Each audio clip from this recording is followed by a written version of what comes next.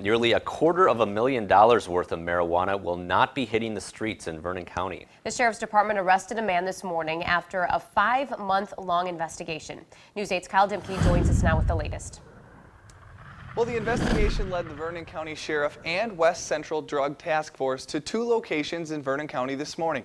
One just outside of Reedstown, the other near Lafarge.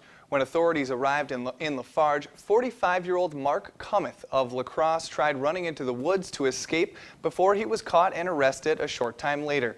Inside the house, the Sheriff's Department found hundreds of marijuana buds and stems being dried, large grocery bags full of pot ready to be processed, and several half-pound bags packaged and ready to be sold.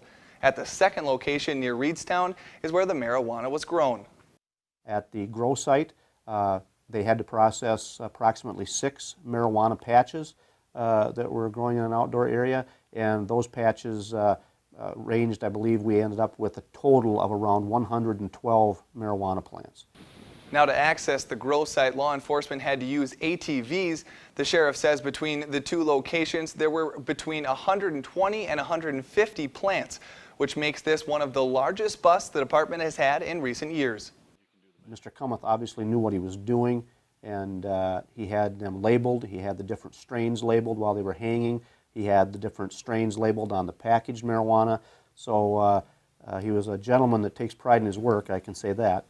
The Sheriff's Department says the property Kummeth was using was not his own. He says many times someone will ask permission to use land for reasons like hunting or fishing, and then they will begin doing something like growing marijuana. The growing area was very secluded. Someone would actually need to be looking for it to find it. All right, thank you, Kyle. The Sheriff's Department says the investigation is ongoing. The next step will be finding out if anyone was working with him.